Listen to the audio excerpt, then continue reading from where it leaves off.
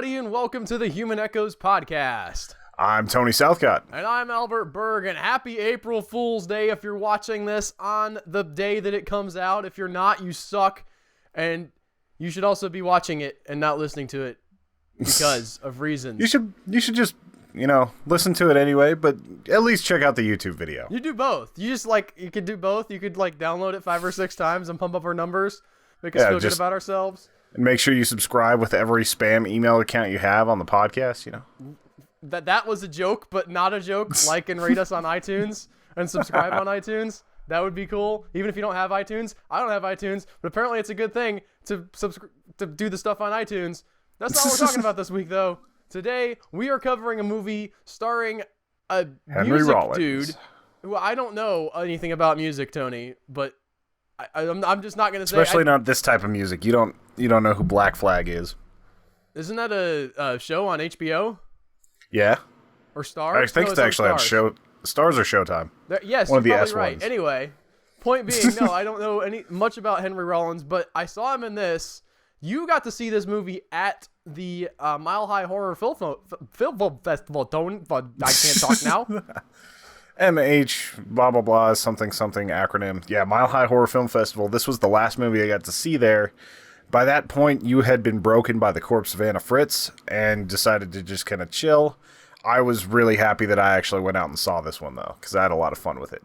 I am questionable as to whether or not you actually enjoyed this movie, but I felt like it was a fairly different take and just a different type of movie than I had watched over the course of the festival, so I really ended up enjoying it. I like the movie, Tony. It kind of, I don't know if the word is confused me, because it was interesting. Henry Rollins is such an interesting character. They plays the guy named Jack. Jack is such an interesting character in this because he's not a good guy at all, and yet... Yeah, he doesn't even have, that many redeeming qualities to him. No, I mean, the nicest thing he does is he looks around for somebody mean when he has to eat people. Yeah. He's sort of gotten to the point where he's like, oh, you know what, I'll look for some douchebags to eat. But if I can't, you can also tell, if he can't find any douchebags, he will totally just eat anybody. That one dude just wasn't paying his rent. I mean, he did not deserve to get eaten alive.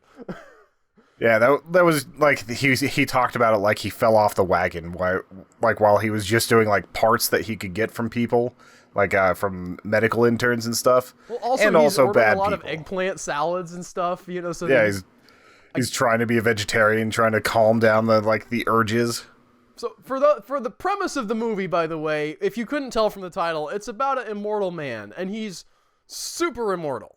He's really, really immortal, and we're not going to spoil exactly what his deal is, but I'm going to complain a little bit here and say, what is up with this trailer of the movie that showed everything about what it wasn't a great trailer, Tony. I don't know if you've seen the trailer for Do not watch the trailer. There's a teaser that's better that gives you a little bit more about how the movie goes, and this was what I saw before I went and actually got to see the movie. It was pre-trailer release. And it's basically just a 2-minute sequence of these thugs coming into his house, and he's kind of indifferently just trying to shrug him off so he can go take a nap.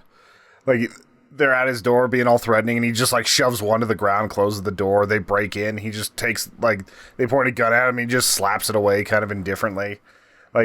It's a fun little teaser, and that gives you a better idea of what the tone of the movie is, rather than the trailer that spoils everything. And the thing about that is, and that really plays into sort of how this movie portrays him and his immortality, because he's bored.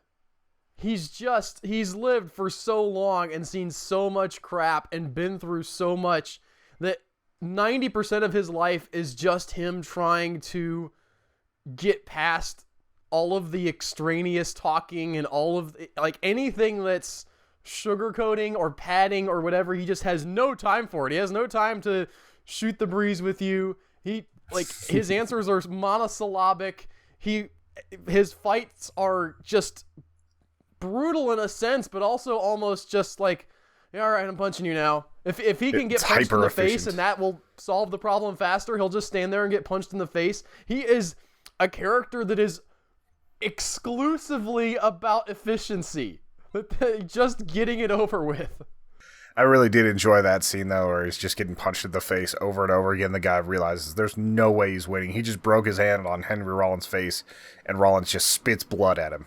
Yeah, and you can tell it hurts him, right? Like, he probably hurt a lot of his face bones that we're going to have to get healed later, but he's just he's been through it all.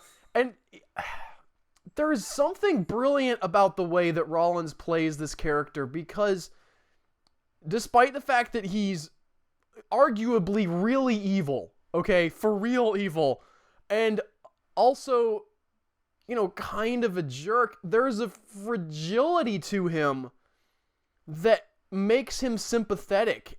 And it's hard to describe if you haven't seen the movie, but the way he plays this character is, it's this broken guy, and you can tell that he's broken. The way when he talks, there's moments when he doesn't talk and moments when he talks a lot, and you can tell that he's just rushing to get through the words. When he's telling the girl, she asks him what he's done, and she doesn't know that he's immortal yet, so he just starts listing things. I was a soldier for a while, and then I was a potter. I made pots, and it just goes through. Sold lots of antiques.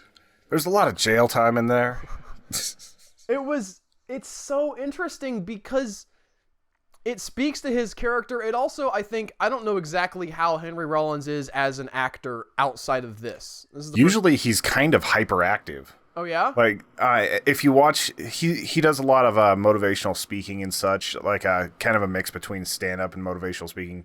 A lot of people he knew died of heroin overdoses. Like, there was a lot of problems that he encountered in his young life. And now he goes to schools to tell people, like, some of the reasons why they need to avoid that, why they can take control of their own destiny, stuff like that. And he's kind of manic and, like, just a little bit twitchy. And all, like, he's jacked, too. So, like, he's almost always in this, like, perpetual flexing, like, seeing his neck, like, throb and everything. Like, he's a little bit manic. And if you've ever seen him, like, do music, he's even more manic. He's all over the place, like... He's like headbanging. He's doing everything. He's like, this is the most calm I've ever seen him in anything. But you can, there's something he brings to it though, because you're right. He's super calm. He's almost hyper calm, but you can tell that there's kind of an energy there below the surface too. There's a part of me that wonders if this might not be the kind of role that you give to somebody who's not a great actor, but it's a role that they can play and do something with.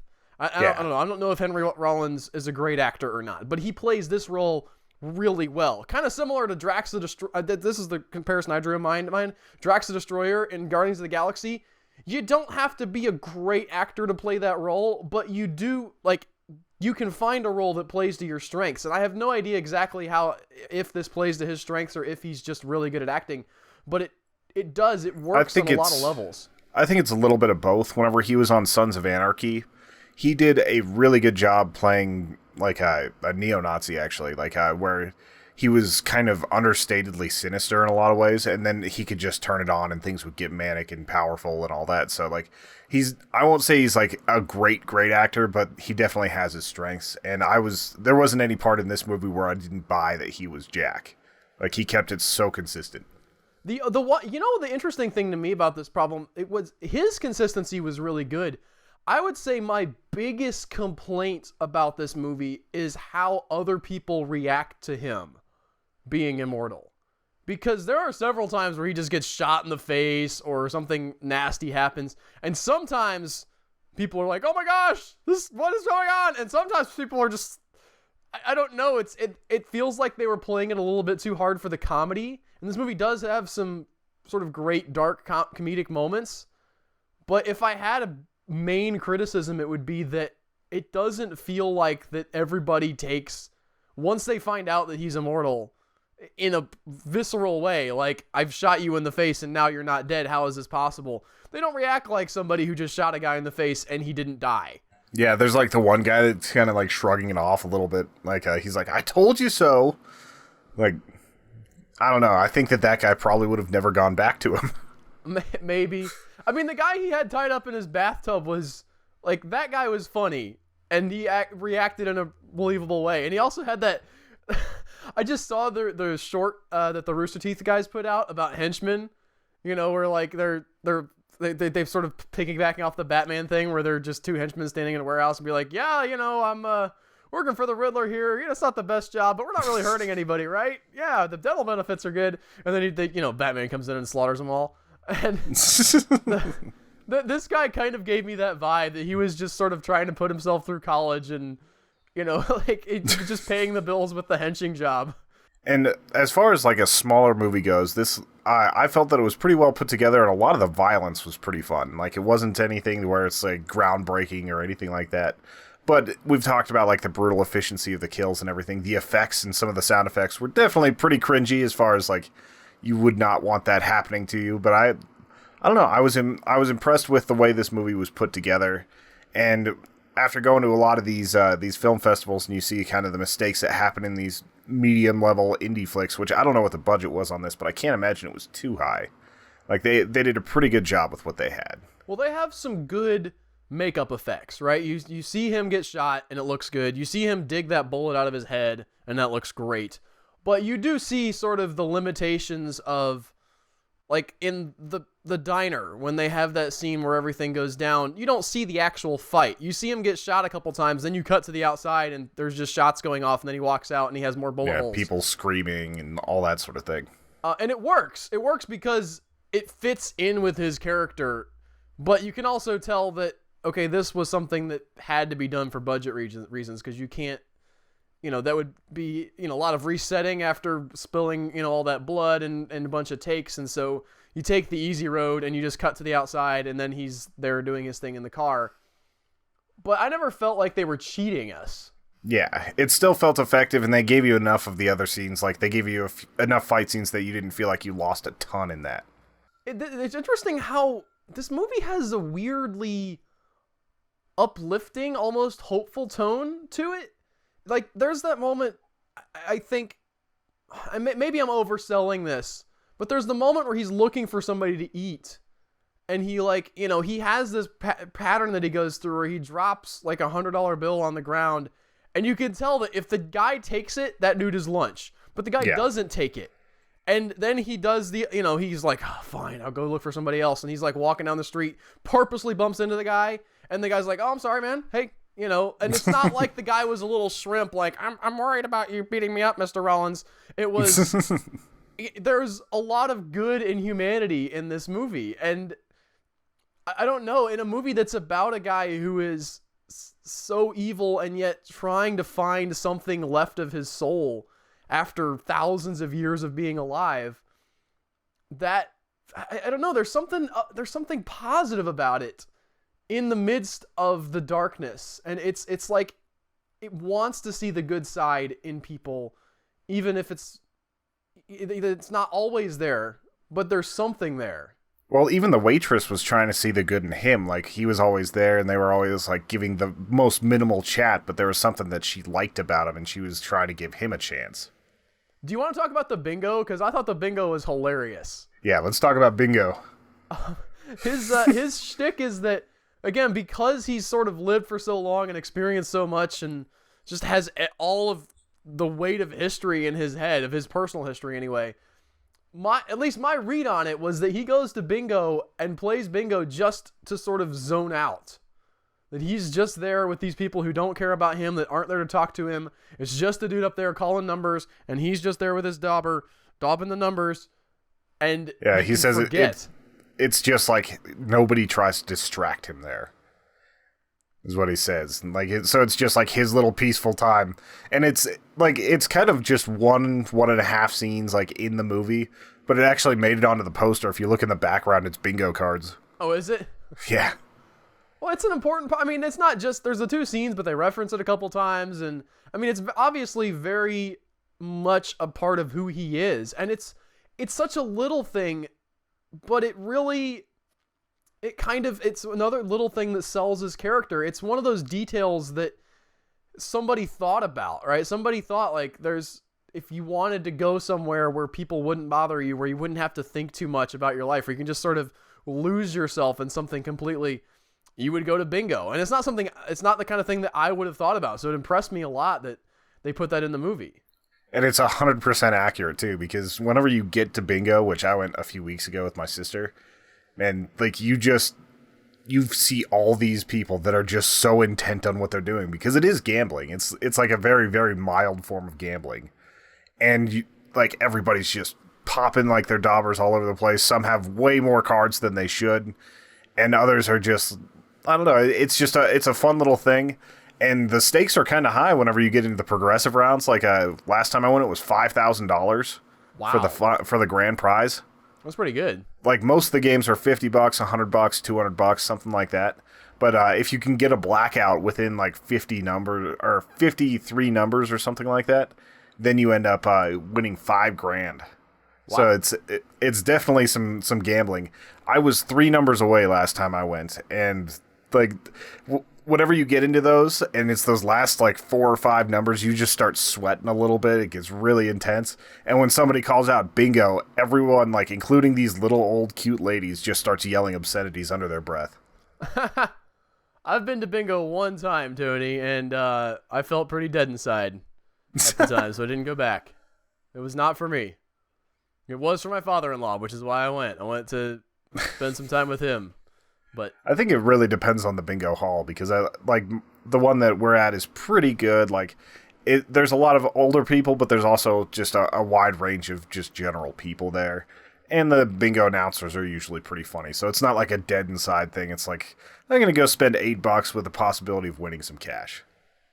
Okay. The bingo announcer where I went was not funny. It was just reading off the numbers and checking the... Yeah, It still is a little bit old and decrepit, and like there's water stains everywhere and all that. So like it's not exactly the nicest place in the world to be, but it's not too bad here. I do got to say, going back to the movie a little bit, the other complaint I had, it's not a huge complaint, but the ending, and I won't spoil it, but the ending left me feeling a little bit just like, what was that? Why did that just happen and then the movie's over? I don't understand. Yeah. Did you have a different take? No, it felt a little abrupt to me. I wanted it to wrap up more. He just sort of did what he had to do, and then they were like, well, we need something kind of climactic to happen, and it was climactic in a way, but they didn't explain anything. He had the Wonder Woman picture. Yeah. And he didn't have to hack into Lex Luthor's lair to get it back. We talked about this on the call the other day when we were in our meeting, but that's such a lame plot point. Like, it's just a picture of somebody who looks like her 100 years ago. There's hundreds of people have that. You know, everybody has that. You've seen that Nicolas Cage in the Civil War photo. Nicolas Cage was not actually in the Civil War. Most people don't actually think that. Nobody's like leading a witch hunt to figure out how Nicolas Cage is actually immortal. You would probably be fine, Diana Prince. Just let him have the photo and then be like, yeah, I don't know anything about that. That's all you gotta do. Yeah, just roll your eyes and be like, really? You think I'm immortal? Okay. Yeah, and then punch Thanks, him in the TMZ. face. Yeah. Slice him in half. We got some questions related to the movie, by the way. Didn't we not, Tony? We did. I will pull those up now. Oh, yeah. One of the characters' names is Boo Boo Stewart. Sorry, I was on the IMDb page, which I think is the an actor's amazing name is actor Boo Boo name. Stewart. Yes. He gets like top billing underneath Henry Rollins, and he's not a main character. I don't know what's about that. I maybe he's big in some circles that I haven't heard of, but I mean, he didn't do a bad job. I'm not knocking the guy, but his name is Boo Boo, and he wasn't a main character. Like, put the daughter on the second billing. Wouldn't she be the more logical? Yeah, anyway. What did you think of the daughter in the plot there? I thought she was a little bit cliched. Her sort of, I'm a teenager and I'm happy about everything for some, like, it wasn't bad, but it was a little bit too much for me. Just a little bit. Like, that's the way he finds out he has a daughter. She just, like, shows up at his doorstep. Well, that was a great moment. She doesn't say anything to him. You know, she just shows up and she's like, hi. And he basically just slams the door in her face because he doesn't have time to deal with that. And then the mom calls and she's like, did your daughter get there? And he's like, what are you talking about? What daughter? It's like, why did you call me? I remember hating you. He's so sardonic. Like, that's the humor of this movie, where he'll just say what he's thinking. And again, it fits the character because he's he doesn't have time for this, so he doesn't have time to sugarcoat or beat around the bush. Well, it's the way he says these things is hilarious. Did you get those questions pulled up, Tony? Yep. Some of them we've answered a little bit, but I want to give shout-outs to the people who sent questions. Chris Becker at Ultron38 asks, what did you think of Henry's acting, and does the story deserve a sequel? I liked Henry's acting a lot. I in this character especially. I mean, I can't judge him overall as an actor without having seen him in a bunch of other stuff. Apparently he was in Sons of Anarchy. I think generally if you can act for television, I know that it's not as high level as, movie acting, but I think that there's doing something week after week after week after week has a certain, gives you a certain grit, a certain ability to be like, all right, you can probably do this at least a little bit. As far as a sequel goes, there's room for a sequel. I wasn't left feeling like, man, I gotta see more of this, but I wasn't left thinking, if I see more of this, I'm gonna puke. It was just sort of, it was that ending. That ending just left me a little bit confused about what I was supposed to be thinking. And especially because I kind of had the same questions he had about why that character was intervening at that point. I was like, what, you're opening up a giant can of worms here with this thing, and then you're just going to throw it like, well, see you guys, credits.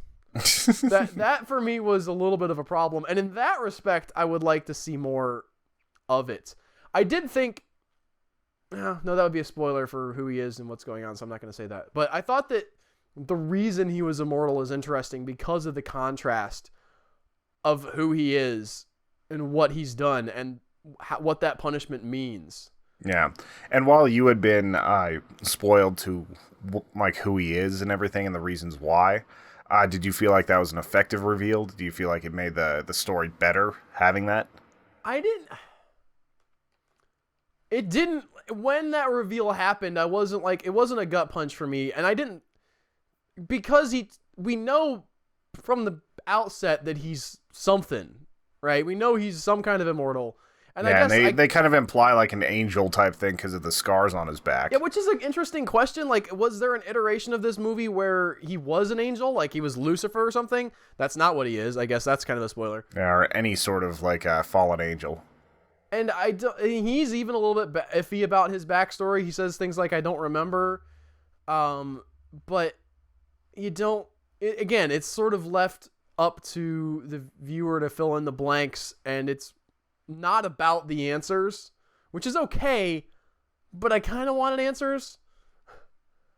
So I was on both sides of that. But the answer, I guess, to wrap up the sequel question, I will say I heard an interview with Henry Rollins, and they mentioned that there are talks to do a He Never Died like 10-episode TV miniseries. I would definitely watch that. Which I would also be interested in that, especially if they dig a little bit more into the mythology of who he is and why he's here and what the purpose of that is. And I don't want to say too much more to avoid spoilers, but I would be interested to find more out about that and to spend more time with that character.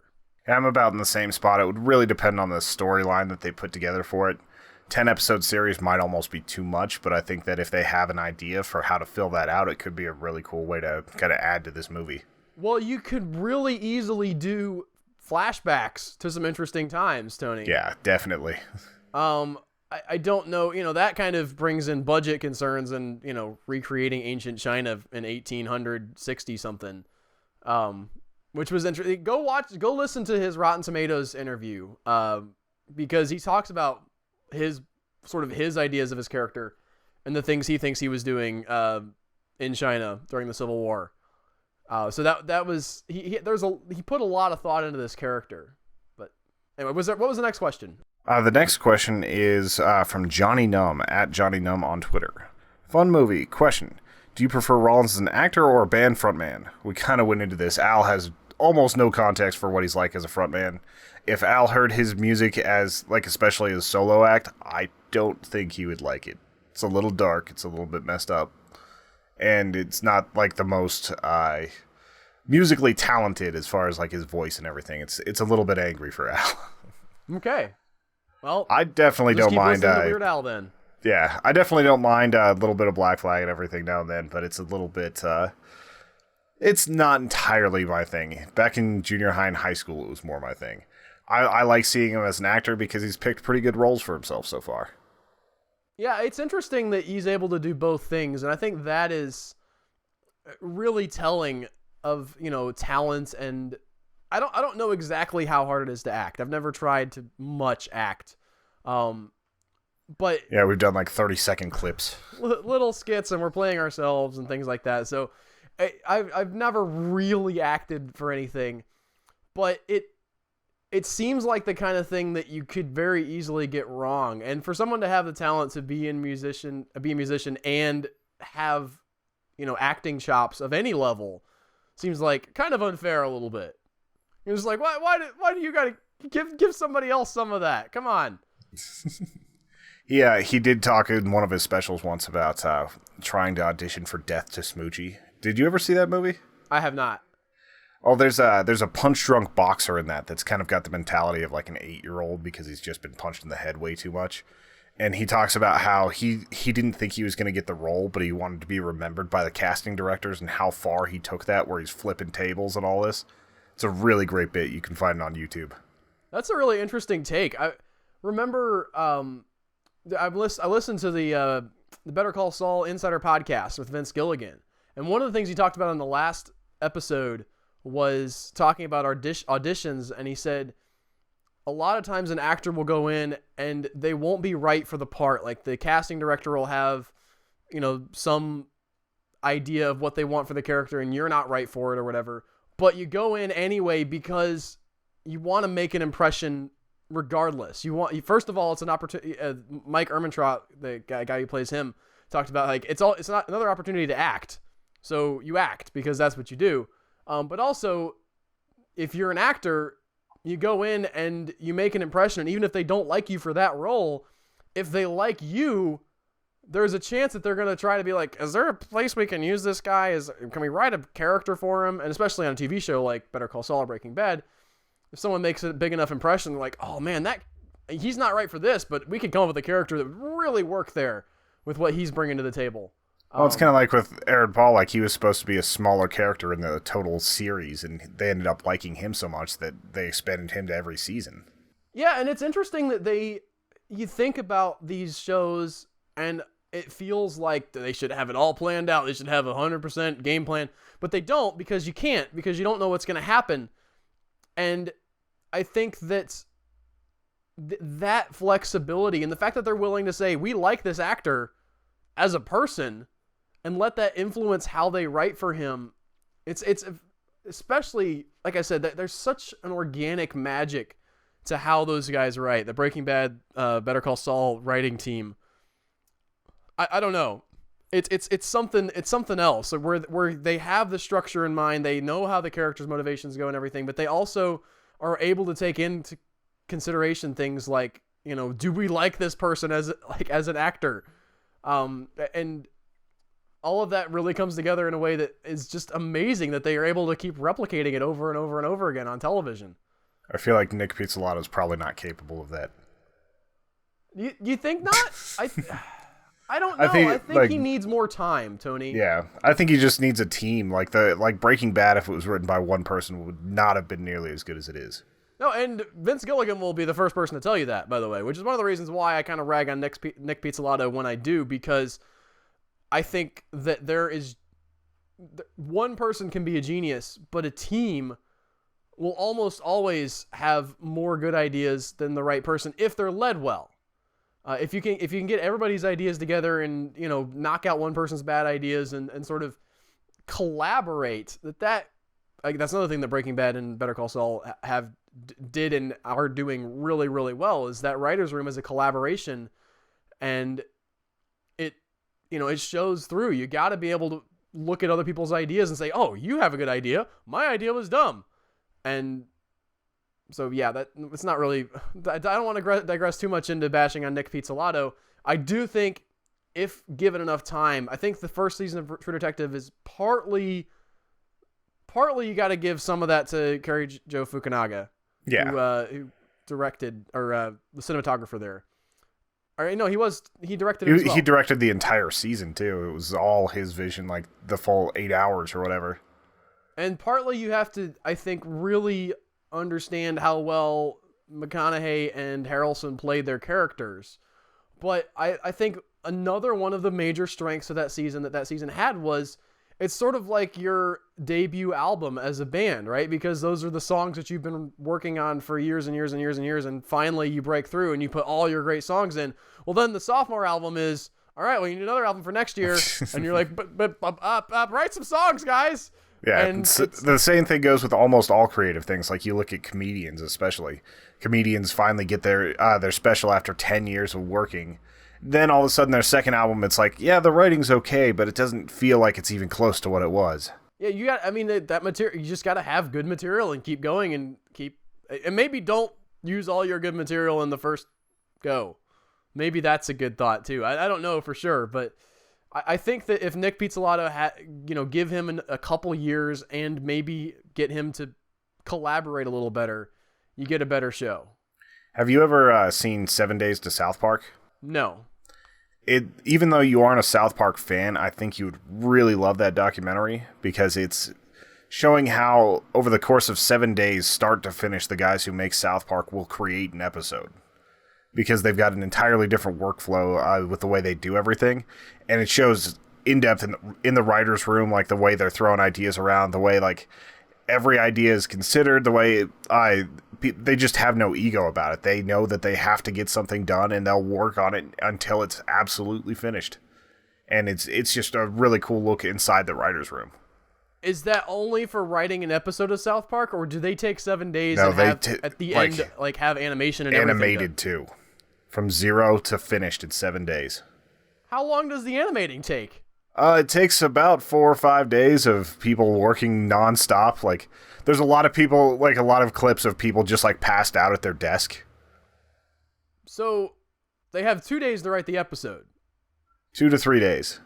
Okay. I guess you could get started and be like, all right, well, start. Yeah, you have to write the episode. You have to record the lines. Yeah, and they're the ones who do the majority of the voices, so at least they've got that. They don't have to coordinate a bunch of extra stuff. It's making me tired just talking about it, Tony. Yeah, like it basically just works in surges there, and they've only once missed an episode getting it to Comedy Central because of a power outage. But that's the reason why South Park's able to stay so topical. Like, if something happens today in the news, they could literally have an episode out by next Wednesday to be completely on top of it. Whereas something like The Simpsons actually takes, I think, 9 months or so per episode. Well, the animation, I think, is slightly more complex on The Simpsons. Yeah. And that's one of the strengths of South Park, thing. Well, I'm not a fan of either show, but I don't think you can be like, South Park's better because they do it faster. They're not exactly the same, and I think The Simpsons is going for something a little bit more different and possibly going for maybe a little bit more longevity. Maybe they're like, we don't have to be 100% topical. Maybe we can say something more broad about stuff. A lot of the episodes for South Park aren't especially topical either. It's just that's one of the things they can do whenever it's during their seasons. But I think that anyone who enjoys that show or anyone who's ever been curious about what it's like to be in a writer's room should check that out. How long does a season go for South Park? It's like 12 or 13 episodes.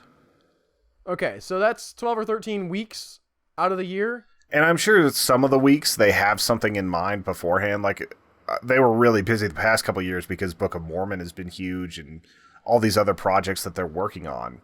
But I'm sure they'll jot down some ideas so that whenever they get to the writer's room, they at least have like a couple episodes ready in their heads. But like this one was just like they had no idea what they were going to do. It ended up being like the Human Centipede iPad thing where people weren't reading the end user license agreement and they ended up getting put into a Human Centipede type thing. Okay. Yeah. That sounds bizarre. Yeah, it was pretty bizarre. Is it on Netflix or where could people find that? It was on Netflix. I'm not sure if it still is. I haven't looked for a little bit. I'm sure you could probably get it on YouTube for like the $3 or whatever that they usually charge for a pay-per-view. But that one is definitely worth your time. Okay. Did we get any other questions today, Tony? Let me double check. I think we've answered some of these before. The Comic Noobs ask, when was the last time you got into a physical fight? And were you in the right? Yeah, because he said my mom was dumb, and I was like in 3rd grade. Sounds like a good enough reason to fight, especially because 3rd graders aren't usually going to cause permanent damage. Yeah, I just punched him in the stomach. Well, I can't remember which one was the last one. There was 2 times when I punched somebody in the stomach. I've talked about this on the podcast before, but I'll say it again. Both of them were when I was fairly young. Time number 1, the guy said my mom wasn't a good teacher because I was homeschooled, and he was like, "I bet she's not a good teacher." And I was like, "She's accredited and affiliate, whatever." Like, she had a license to teach beforehand before she became my homeschool teacher. And I punched him in the stomach.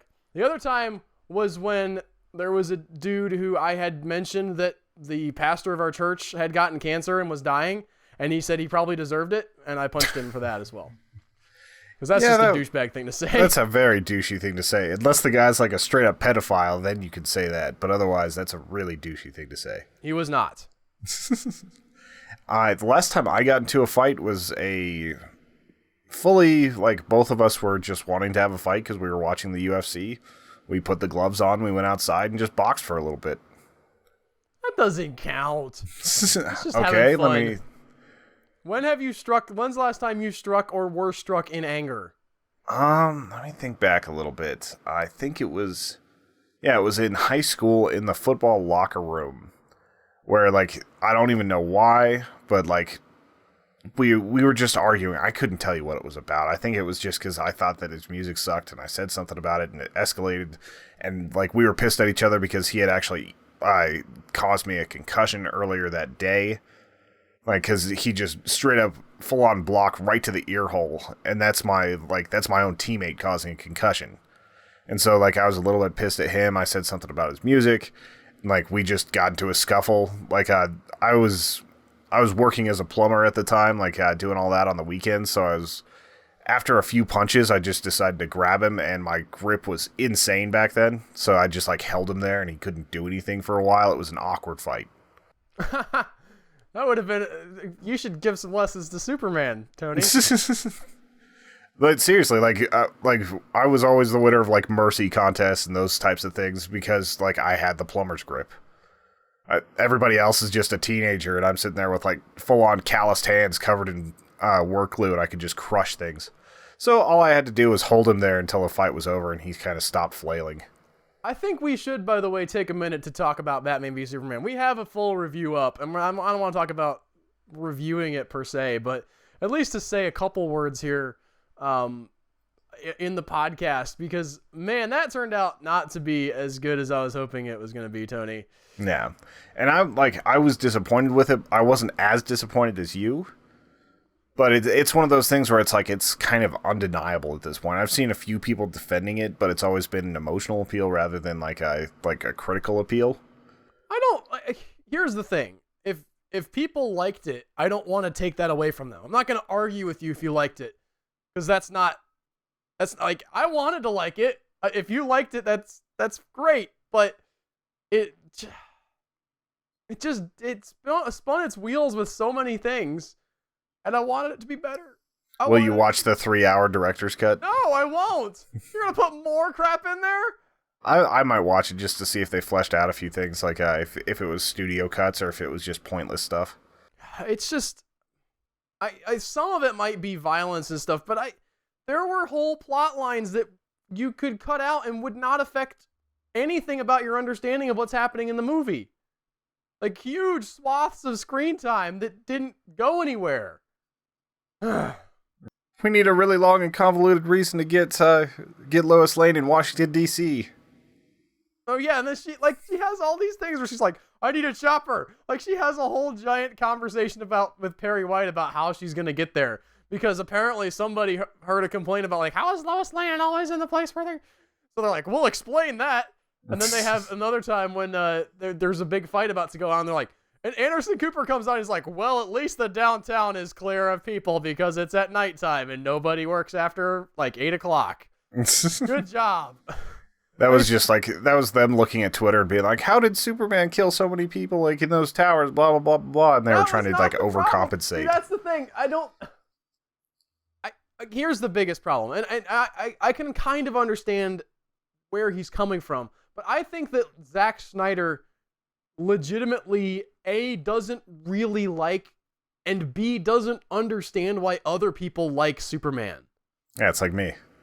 Which is fine, Tony. I accept your opinion, but you're not making a movie about it. Yeah. If you don't like Superman, don't make the movie about Superman. I haven't been tasked with like $400 some million to make a movie. Like, you need the guy who's like extolling his, the goodness in him and why he's idealistic like he is. And I would argue even a little bit, he doesn't really understand Batman. He doesn't understand. We talked about this in the review, but both Batman and Superman are these idealistic characters that in their own way are trying to prevent killing. I read a really interesting article about the comic book Kingdom Come and how it sort of ties in with the ideas of Batman v Superman, in that Batman and Superman in Kingdom Come have to deal with other characters going really dark and them looking at themselves and saying, this is not, we stood for something. We had boundaries and limits on ourselves, and these people are just, that's what the public wants now. But it was sort of a meta commentary on the comics of the 90s. And now that's the Batman and Superman we got, is the Batman and Superman that is the, like, we're really dark and sometimes we kill people, but it's okay. Oh, like Superman didn't deliver. Oh, I can't give the spoilers on there. There was some people that he punched through a wall that were probably not built to be punched through walls, but yeah, well, that was more Batman than Superman in this movie. Well, you didn't see as much of the Superman like just breaking people. I'm talking about that one moment when he rescues Lois Lane, and there's no way that guy didn't suffer some very serious injuries. Yeah, but he was a terrorist, so nobody cares. That plot made no sense either. Anyway, I'm not doing a review. I will say, though, the best thing about Batman v Superman was the trailer for Lego Batman that played beforehand. Somebody in a comment section I wrote said there's more like emotional depth to Batman in the one trailer where he's talking to his mom and dad about like how he saved the city and he thought they'd be really proud than there was in the entire Batman v Superman movie.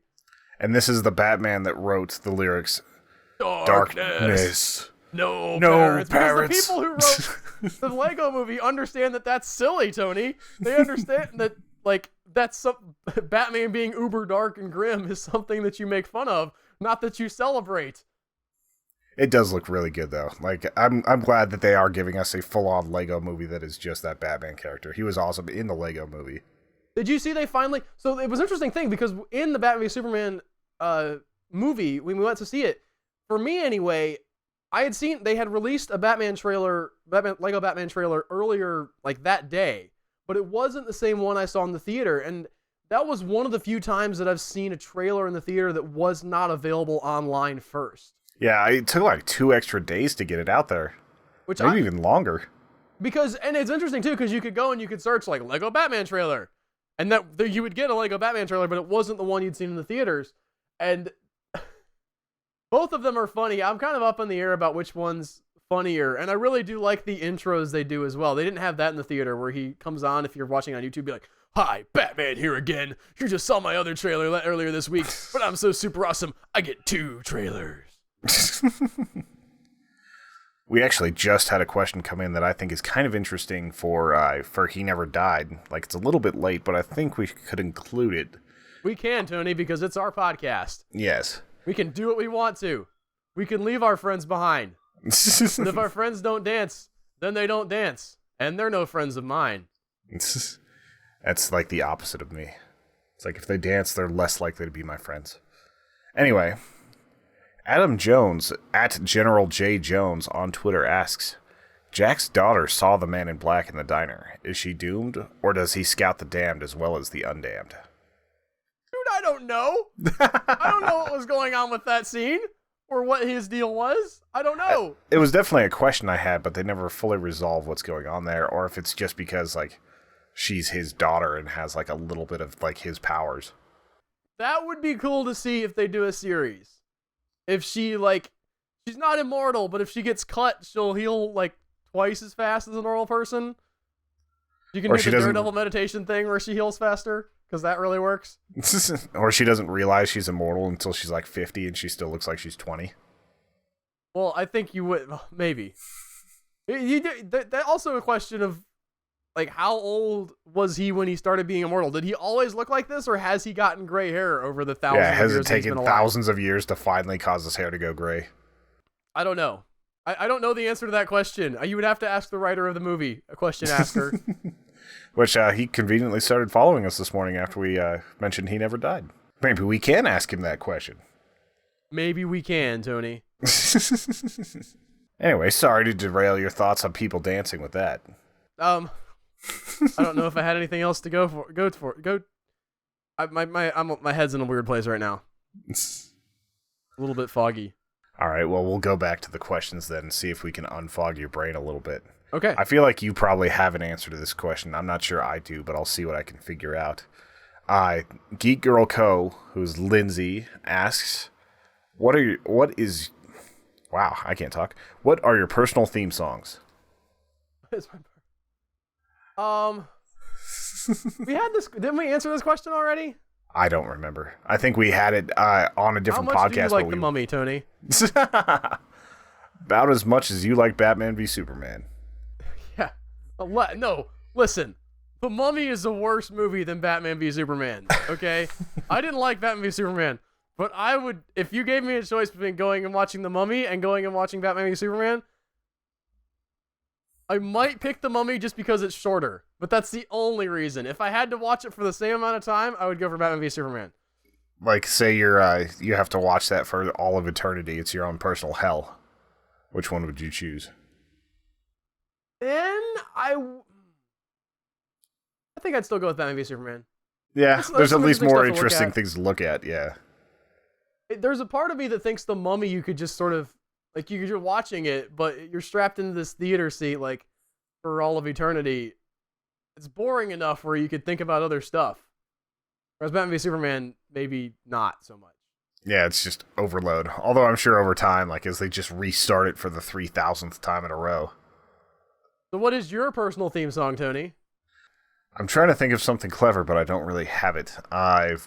Whenever I was a young kid trying to, like, straddle the lines between redneck jock nerd, like, it probably would have been Simple Man by Lynyrd Skynyrd, but that was a long time ago. I don't know, man. Probably something more by Tool now. If I had a theme song, I think my personal theme song that I play for myself the most often when I'm like, all right, things are getting going now, is Boom Boom Boom by John Lee Hooker. That's a good one. I like that song a lot. And I've been digging into a lot of Weird Al, so that might pop up in this rotation going forward. But I just love that. It's so, like, upbeat and kind of like, all right, getting it done. Boom, boom, boom, boom, boom, boom, boom, boom, boom, boom, boom, boom. I want to see that in an action movie. Like, I think that song, every time I see the Suicide Squad trailer, Tony, I think there needs to be, like, a gunfight scored to that song. This is a question that's sort of a little bit related, and I think we covered it in the Batman Superman review, but I did want to ask you also, are you, like, less optimistic for Suicide Squad? Woo! At this point, having seen Batman v Superman and sort of the negative critical reaction, or do you think that they're able to course correct and that David Ayer will be a better sort of director for that? I think that Suicide Squad's going to be awesome. Like, the few reservations I had about Batman v Superman turned out to be pretty warranted. I haven't seen anything about Suicide Squad that has me worried. It just looks like they're trying to have a lot of fun with it. Speaking of fun, and also DC, hilarious James Wan interview that I read the other day, where he said the word fun like 10 times about Aquaman. He was like, it's fun. People make fun of him. It's just a fun character. We're going to have fun with it. Like, somebody in DC said to him, people don't want it not to be fun. We just found this out. Apparently, the grimdark Batman v Superman is not what people wanted. Go say fun a lot. Say fun. Is this the same James Wan that did the Saw movies? Yeah. And he's got The Conjuring 2 coming out. I think he directed that. He produced a movie that I've heard a lot of people be excited about. I'm going to say I saw the trailer and wasn't super blown away by it because it seemed like kind of something I'd seen before, but maybe James Wan being attached to it is a better thing than I thought. But it was a movie called Lights Out. Haven't seen that one yet. It's well, for one thing, it's not an adaptation of the Lights Out radio show, so big problem there. But it was just sort of, apparently it's based on a short film that was done a while back, which I can see it being a really interesting short film where the lady turns off the light and there's a shadow on the wall. Then she turns the light back on, it's gone, turns the light back off, and the shadow's closer, and, the typical horror fare. And that was part of why I was like, I've seen this 8 bazillion times. The thing's going to get closer. I saw it in the trailer for, not Insidious. What's the other one with the Bagul guy? Sinister 2, where the guy has the flashlight and the thing only shows up when he's shining the flashlight on him, and then it's right there in his face. Like, happens all the time. It's effective. I'm not saying it's not going to be a good movie, but that was basically the hook of the trailer, and I thought, your hook is it gets dark and then jump scare. I mean, I'm a giant weenie. We've talked about this in the past with horror movies, but even I am not necessarily intrigued by that concept. I think in the flow of a movie, it would work a lot better. There's definitely, so that's why I'm kind of backing off, because I heard some other people say, we really like that trailer, and I was thinking, well, okay, but there's certainly room for a simple concept to be done well. And we talked about that many, many times. I'm not knocking the movie, but the trailer and the concept of the movie just sort of left me thinking, what, is this all there is to this? Maybe I'm just getting sick of ghosts and stuff, Tony. Ghosts. That doesn't bode well for my Writer's Arena prompt then. Oh, you got Haunted House, right? Yeah, got Haunted House. I got dinosaurs. I wrote the dumbest dinosaur story you've ever read. Yeah, you should see the text that Al sent to me. He's like, can I do this for the art? And I'm like, probably. Tony might be doing his first original artwork for my story in the Writer's Arena. Might be.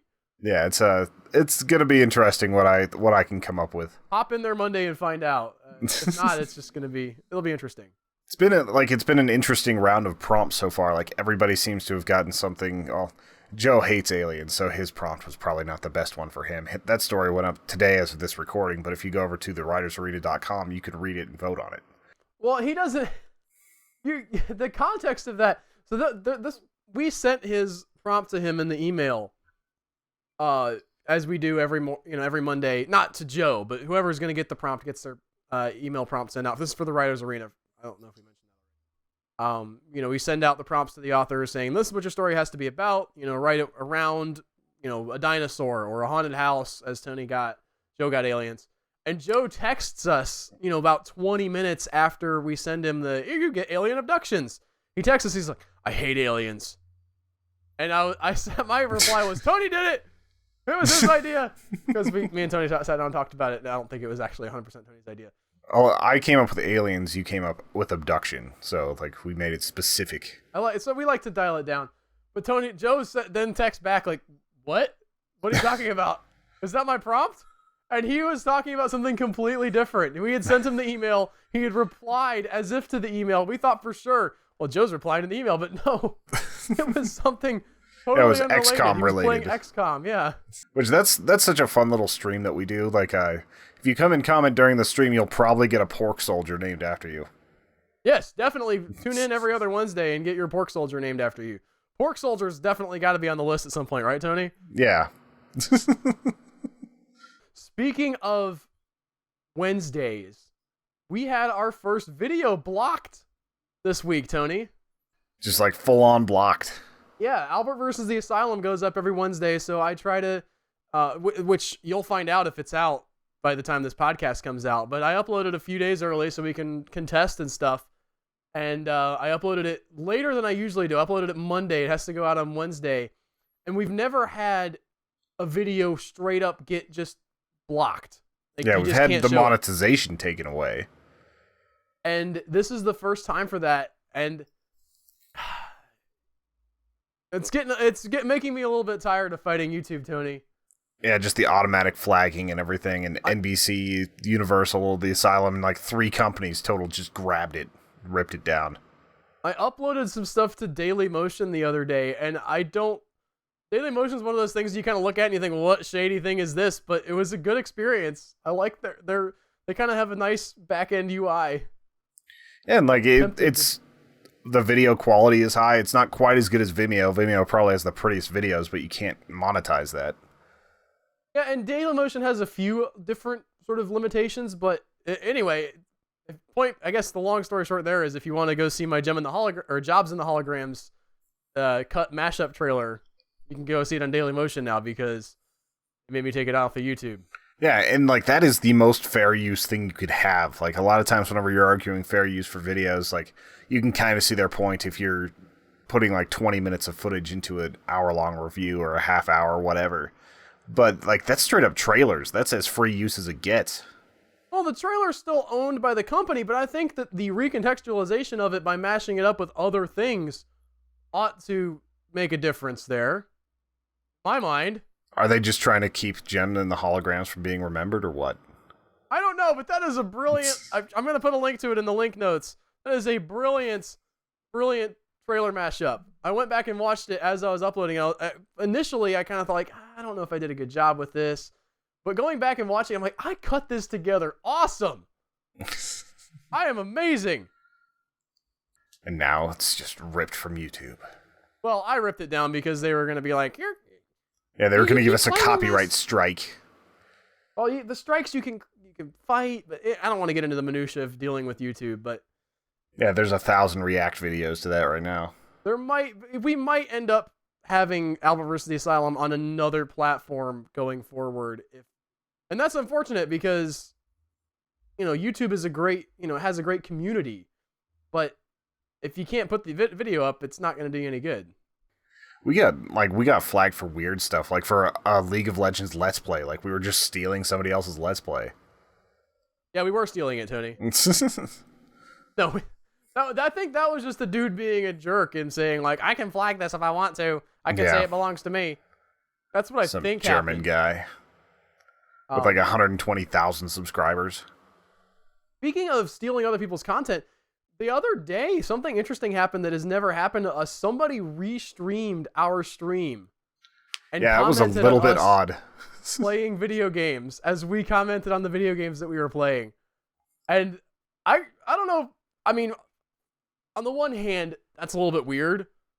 From my perspective, it was also like a 9-year-old girl doing it, so that was even weirder. Well, I mean, I don't care how... Just the concept of commenting on somebody else commenting on something. It seems a little bit meta, but it was also awesome, Tony. I thought, hey, somebody saw us and they, thought enough of us to go and do their own stream of us doing our thing. I thought it was kind of cool. Yeah, it was really weird whenever I popped into the stream, just seeing our stuff like on their browser and them just chilling watching it. It does. There's a part of me, and as much as I enjoy doing Albert vs. the Asylum reviews, there's a part of me that wonders if there's too much remix culture. You know what I mean? Like, there's so much of people reacting to other people and looking at other people's content, and I can't be all high and mighty about it because I have Albert vs. the Asylum. I don't make the Asylum movies. And you react to trailers and you do that sort of stuff too. Right, but there's not as... It seems like that... I wonder if there is a dearth of people making their own stuff. I don't think that there really is, but I don't want to see that get lost. I don't want to see YouTube just be a bunch of reactions and reviews, and let's have some stuff of our own to say too. Yeah. I guess the reactions and the reviews are fine. I mean, we do a lot of that, but I as a creator want to go forward and be able to make my own stuff, and it's hard. It's harder to make your own stuff because you got to have, you got to set things up and have lighting and have, or animate stuff, and it's all. There's a lot more work involved. Yeah. One of the main disadvantages of our distance is that, like, everything you do in this business is basically just, like, full on your own. Like, anytime I've tried to film something always ends up out of focus because I don't have someone behind the camera working on it. Yeah, and you don't have anybody to hold the mic for you, and you don't have, there's definite benefits to having people who you actually know in real life, Tony. But we don't have that, so we soldier on, whatever the word is. Pork soldier on. Pork soldiers! Pork chops in disguise. Pork soldiers! Meat that meets the eye! Man, that would suck to get meat to the eye. Get like E. coli and stuff. Let's wrap this up, Tony. Probably be worse if it was chicken than beef. Anyway, so, Al, you take it away. Okay. Well, thank you for listening, guys. The way you can help us out and get more awesome content, if you like this content, If you want to get even better content, you should check out our bonus podcast, which you can get by going to humanechoes.com and clicking the Become a Member button up on the top bar or on the side. It's all over the place. You become a member for as little as $2 a month. You get access to our awesome, awesome bonus podcast. There's tiers there that you can get pins. You can get shirts at the, a shirt, Tony, at the $20 a month level. And I got to say, some of our members are eligible for pins, have not sent us their address. We don't magically know where you live. We can't send it through Twitter. Pins still have to come through the snail mail. You want these pins. They're awesome pins. Send us your address. If you're a member, you get the awesome stuff. And, oh, yes, also t-shirts. Not one of these. I'm not wearing one today because of things that we're doing. But go to tpublic.com, search for Human Echoes, or go to humanechoes.com, click the t-shirt link up at the top. We've got 6 t-shirts on there, and soon there'll be a few more. And if you don't want to do any of that, you can go to almost any of our affiliate links on our website. If it's a link to the book on the side, if it's a link to a movie on Amazon, those are all affiliate links to Amazon. And if you are buying things on Amazon, click through our affiliate links first and then buy your thing on Amazon. It won't cost you anything extra, but it gives us a little bit of a kickback for being an affiliate. And all that stuff helps keep the wheels rolling. And we greatly appreciate our members who are wonderful, and just, we love you. Thank you so much. And if you can't afford to do anything like that, just tell a friend or just enjoy the content. Hope you guys have. And as we mentioned at the beginning of the show, please, if you don't have iTunes, get iTunes, rate and subscribe to us on iTunes, because that bumps us up in the podcast rankings. It really, really helps, more than you know. And yeah, you guys are awesome. Next week, we will be recovering. Wow, my brain isn't working. I apologize greatly. We will be covering Sin City, which is on Netflix currently. I've never seen it. Apparently, it's black and white with a little bit of red. There's more than just red. There's some yellows and things like that. Okay. Weird sort of breakout stylistic movie from Robert Rodriguez before he started making crap, at least according to some people. I kind of like Machete. We will see you guys next week. Thank you so much for listening, and have a good one. Bye, guys. Don't sass him. Also, I thought the fire was supposed to spread. What the heck? It's raining. Oh. Well, that's a low. Any other completely inaccurate things you want to scream out? The trees are dropping things on me, and the fires aren't spreading. Well, actually.